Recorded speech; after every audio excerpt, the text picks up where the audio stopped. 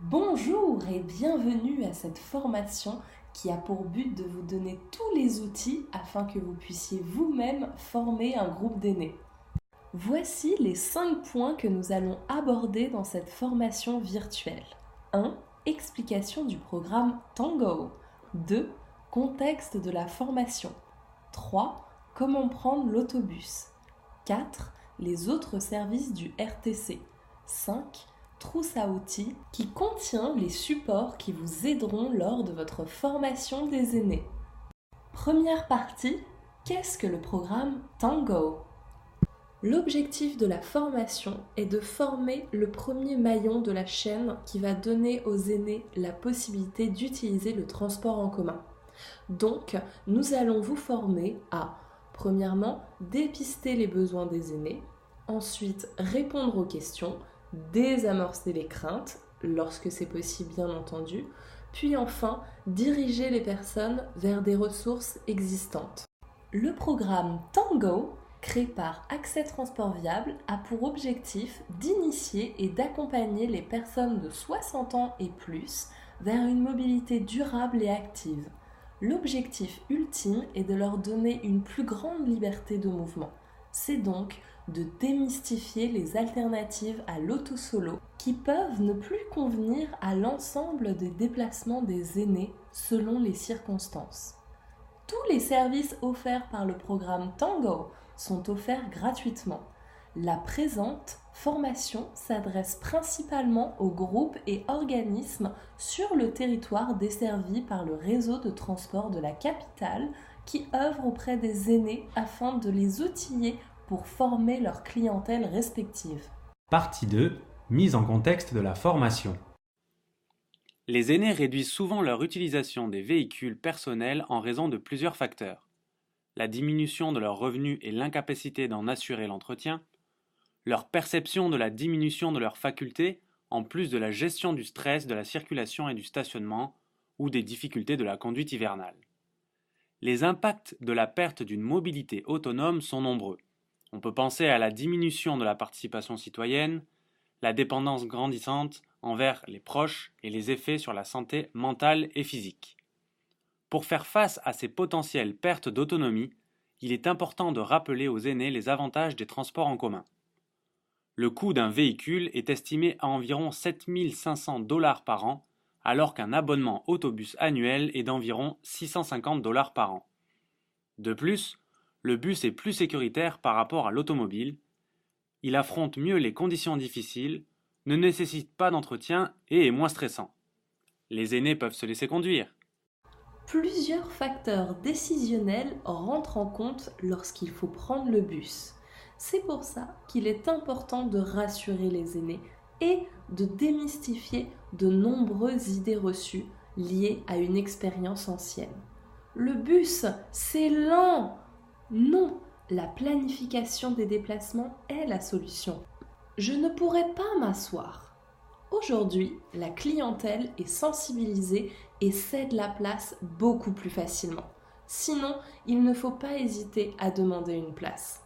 C'est trop dur de monter à bord. Sachez que désormais, il n'y a plus d'escalier à monter. Je ne sais pas comment ça fonctionne.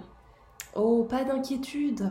C'est le but de la formation. Notons que dans la présentation qui suit, nous montrerons des captures d'écran du site internet du RTC.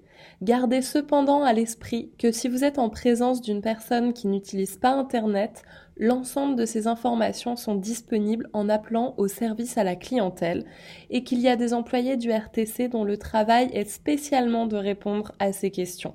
C'est un service offert par le RTC, donc il ne faut pas être gêné de l'utiliser. De plus, il faut leur rappeler qu'il est possible de se rendre dans une bibliothèque car ils peuvent bénéficier d'Internet, mais surtout d'une aide sur l'ordinateur. Partie 3. Comment prendre l'autobus. Cette partie Comment prendre l'autobus est également disponible dans la trousse à outils afin de vous servir directement de support auprès des aînés. Nous allons vous présenter les informations indispensables pour savoir prendre l'autobus. Le déplacement en autobus demande 5 étapes faciles que nous allons décortiquer successivement. La planification, l'achat des titres de transport, l'arrêt et la montée à bord, le déplacement pendant le trajet et enfin la descente de l'autobus. Étape 1, la planification. Bien planifier son déplacement est une étape cruciale pour s'assurer d'une expérience positive en transport en commun. Il existe plusieurs outils afin de bien planifier ses déplacements. Il y a d'abord le service à la clientèle du RTC, que l'on peut contacter par téléphone ou aller rencontrer en personne dans les centres d'information. Ensuite, le site internet du RTC, ou ses applications pour tablettes et téléphones intelligents. Enfin, il existe les horaires sur mesure. Voici le numéro qui vous permettra de joindre le service à la clientèle. Le service à la clientèle vous aidera dans la planification de votre trajet. Pas d'inquiétude, ils sont là pour vous aider. Pour les personnes qui préfèrent parler à quelqu'un en direct, il est possible de se rendre dans l'un des 2 centres d'information du RTC. Le premier se situe au 720 rue des Rocailles. Il est ouvert du lundi au vendredi de 8h à 18h. Il est fermé le samedi, le dimanche et les jours fériés. Le deuxième se trouve au 884 rue Saint-Joachim. Il est ouvert du lundi au jeudi de 10h30 à 18h, le vendredi de 10h30 à 21h et le samedi et jour férié de midi à 17h. Il est fermé le dimanche. Vous pouvez également vous rendre sur le site internet du RTC à l'adresse suivante www.rtcquebec.ca. Sur le site internet du RTC, vous retrouverez toutes les informations pour bien planifier votre trajet, consulter les horaires ou établir un itinéraire. La carte du réseau vous permet de créer des itinéraires, voir l'ensemble des parcours du RTC sur une carte, obtenir les prochains passages à un arrêt ainsi que les parcours qui y circulent, chercher une adresse ou une rue afin de localiser les parcours et les arrêts à proximité, puis elle vous permet de localiser sur la carte les éléments importants, points de vente, centre de service, centre d'information, parcobus, terminus. Sur la carte du réseau, vous avez une légende qui désigne en vert les métrobus qui roulent 7 jours sur 7 et dont la fréquence est plus élevée. Ils roulent principalement sur des voies réservées. En orange, des express qui roulent uniquement en semaine et aux heures de pointe. Il est important de bien regarder les heures de passage car elles peuvent être variables. Tout le monde a le droit de prendre l'express, mais il s'adresse principalement aux travailleurs ou aux étudiants car c'est un lien rapide entre les quartiers résidentiels et le centre-ville. Le bus, en bleu, a une fréquence variable. C'est un service de proximité qui dessert les principaux boulevards et artères principales. En noir, les couche-tard, les numéros 900, circulent uniquement entre minuit et 3 heures du matin, les vendredis et les samedis. La section Votre itinéraire est la solution pour trouver le meilleur parcours. Vous devez y entrer l'adresse de départ et l'adresse d'arrivée. En cliquant sur Faire l'itinéraire, vous serez redirigé vers Google Maps. Une fois sur Google Maps, vous devez apporter une précision sur l'horaire, soit arriver à telle heure ou partir à telle heure. À partir de là, plusieurs options d'itinéraire s'offrent à vous. Par exemple, l'option avec le moins de marche ou l'option avec le moins de correspondance. Une fois l'option choisie, le détail du parcours apparaît. Pour information, le calcul de l'itinéraire prend en compte, pour le temps de marche, la vitesse d'un adulte moyen et pour les arrêts, 5 minutes d'attente. La section horaire vous permet d'accéder aux informations d'une seule ligne. Elle est donc utile pour une personne qui connaît bien son itinéraire, mais qui désire de l'information spécifique sur un parcours en particulier. Dans la rubrique Parcours, vous devez entrer le numéro de ligne, que ce soit un métrobus, un express, un bus ou un couche-tard. Important, il vous faut ensuite préciser la direction de la ligne. Une fois la ligne et la direction sélectionnées, tous les arrêts du parcours apparaissent. Les stations accessibles pour les personnes à mobilité réduite sont indiquées au moyen du logo suivant le nom de l'arrêt. C'est le seul endroit où on peut trouver cette information. Vous pouvez ensuite cliquer sur l'arrêt où vous souhaitez prendre le bus. Les horaires de passage à l'arrêt sélectionné s'affichent. En cliquant sur l'horaire qui vous intéresse, vous pouvez voir sur la droite de l'écran les horaires de passage du même bus aux autres arrêts, afin de connaître l'horaire de descente à votre arrêt de destination.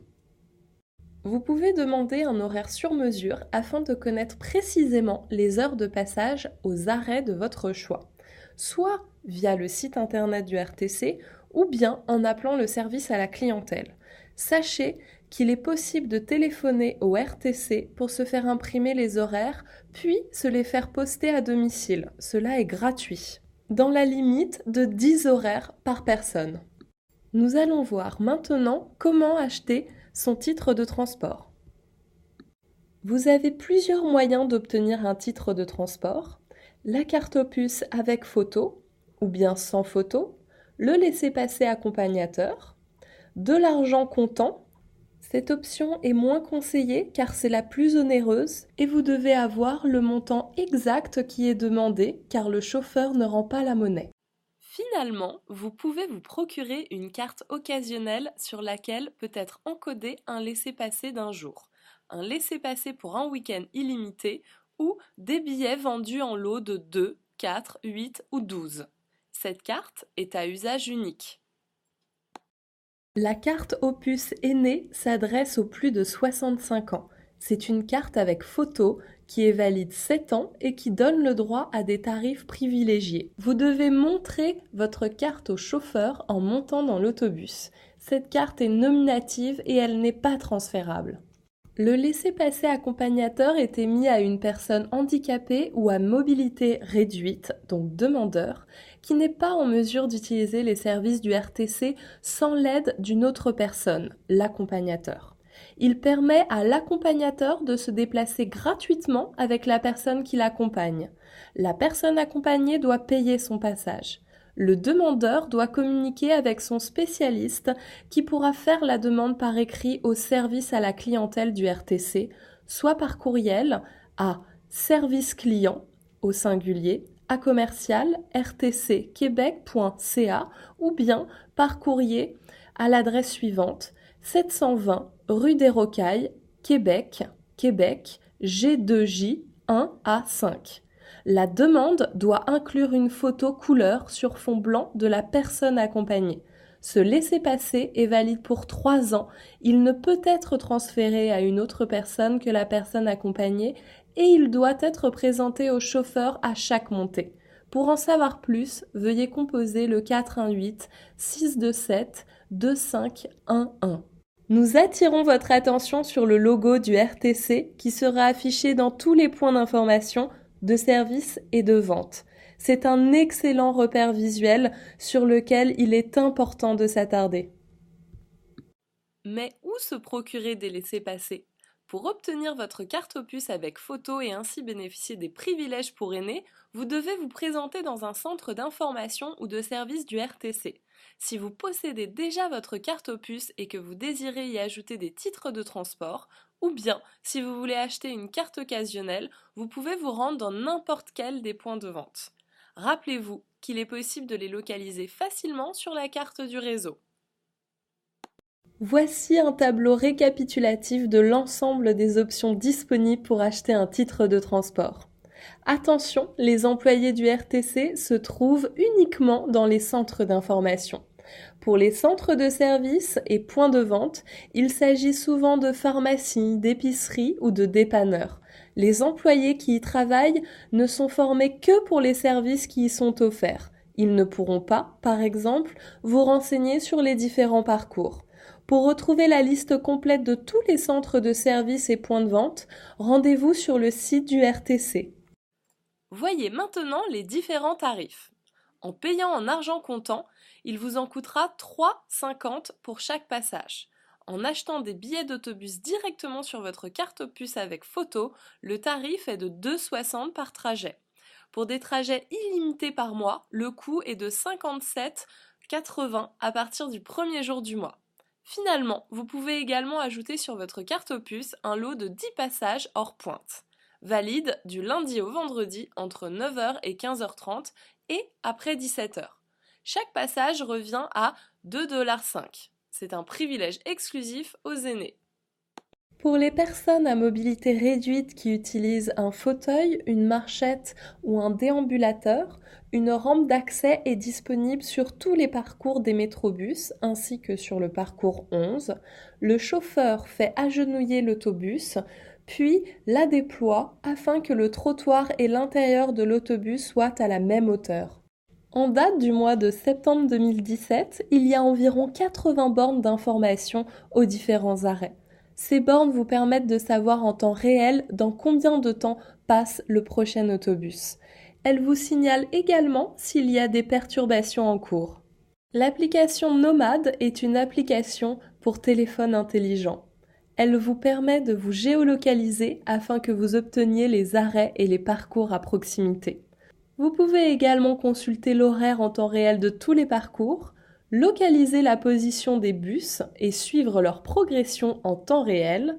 Vous pouvez également créer des itinéraires via Google Maps, créer des alarmes pour être avisé du passage de votre bus et rester informé des perturbations sur le réseau en temps réel. Elle vous permet aussi d'identifier votre parcours et arrêt favoris pour personnaliser votre application. Recherchez les points de vente à proximité d'un lieu. Lorsque vous souhaitez descendre au prochain arrêt, il vous faut soit tirer sur la corde jaune ou bien appuyer sur le bouton rouge. Cela va déclencher le message « Arrêt demandé » près du plafond de l'autobus. La descente entre deux arrêts est possible uniquement après 20 heures et sur tous les parcours sauf les métrobus. Il faut en faire la demande de vive voix au chauffeur lorsqu'on monte dans l'autobus. Voyons maintenant les autres services du RTC. Il existe des parcobus qui sont des stationnements gratuits vous permettant de garer votre voiture afin d'utiliser les services du RTC. Vous pouvez bénéficier d'un service de taxibus dans les secteurs non desservis par le RTC. Le privilège famille, c'est le bus gratuit pour les enfants qui vous accompagnent. Il est valide en tout temps dans la limite de 3 enfants âgés de 6 à 12 ans par adulte ayant un titre valide du RTC. Attention, une preuve d'âge peut être exigée. Notez que le bus est gratuit en tout temps pour les enfants de 0 à 5 ans. Du 1er mai au 31 octobre, vous avez également le service de vélobus. Il vous est donc possible d'embarquer votre vélo à bord des autobus articulés et à tous les arrêts des métrobus 800, 801, 802, 804 et 807. C'est un service qui est gratuit et le principe du premier arrivé, premier servi. Il existe également le transport adapté qui s'adresse aux personnes handicapées dont l'incapacité compromet grandement leur mobilité. 4. Pourquoi encourager les aînés à prendre le transport en commun? Maintenant que vous avez l'essentiel des informations pour former et accompagner les aînés à prendre les transports en commun, voici quelques éléments des nombreux bénéfices de la démarche. C'est d'abord un moyen de transport semi-actif. 69,5% des Québécois âgés de 65 ans et plus n'atteignent pas le niveau d'activité physique recommandé. Il permet aussi une certaine liberté dans les déplacements. C'est un des moyens efficaces de prévenir l'isolement social et il est moins coûteux non seulement pour l'individu, mais aussi pour la société.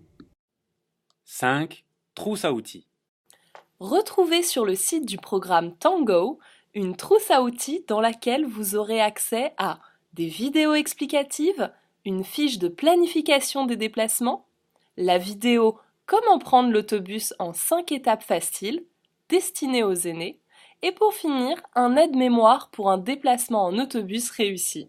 Toute l'équipe de Tango vous remercie pour votre attention et vous invite à parler de la formation dans vos réseaux professionnels et personnels.